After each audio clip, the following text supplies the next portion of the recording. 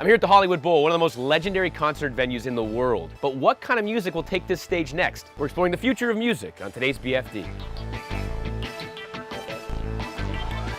So it's kind of difficult to know which way music's going to change because sometimes it doesn't really end up changing the way you want it to. For me, a few years back in college, I was fascinated with the Minidisc, and the reason why is because I was a DJ at the time, and I decided to transfer all of my DJ sets from vinyl onto Minidisc and my CD collection to Minidisc. It was really just a clunky way of transferring my information, and it didn't ever really catch on. In fact, nowadays I can't even find a charger to dock to the actual unit, so I just have all of this media just sitting around, all this music that's out there that I can't even get access to. So I guess the larger point is sometimes music changes and technology changes and innovations hit dead ends. So bearing that in mind, we've got a few innovations on the horizons in the world of music that could turn out to be something fantastic or Minidisc.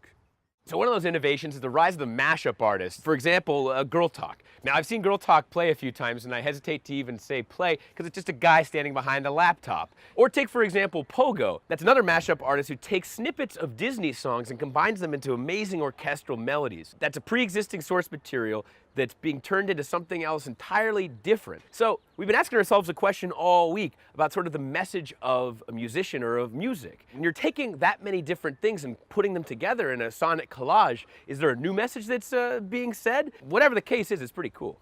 Another innovation is the synthetic artist. What is that? Well, for example, Tupac Shakur came back to life at Coachella to perform some of his greatest hits. He's been dead for years, but people are still connecting to his music and apparently his hologram. In Japan, an artist known as Hatsune Miku doesn't even exist, but sells out concert venues like this all over Japan. So I guess in all these cases, we're taking the human element out of music, but people are still connecting to the music itself, so there's still some message there. Another innovation would be extreme subgenres of music. Take, for example, lowercase, which is essentially quiet bursts of music punctuated by long periods of silence. Yeah, I think I fell asleep just telling you about that. Or chip tuning, which is essentially hacking into an 8-bit device like a Game Boy and turning it into a musical instrument and performing with it. And then there's danger music, which is a radical form of classical music designed to harm you. It operates under the premise that emotionally you can be damaged by it.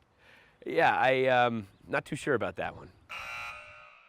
You know, nobody can predict the future of music, but one thing's for certain, it will certainly change. And then it will change as a result of that initial change, and it will inspire further change, and then people react to that change, and it will change by changing, and it's a whole lot of changing, and eventually, somehow, it leads to dubstep. If you want to learn more about music for change, check out TakePart TV's Eye Level. It's every Monday, Wednesday, and Friday for stories about 10 bands and their songs. And subscribe to both shows, and you'll be all set. For BFD, I'm David Park.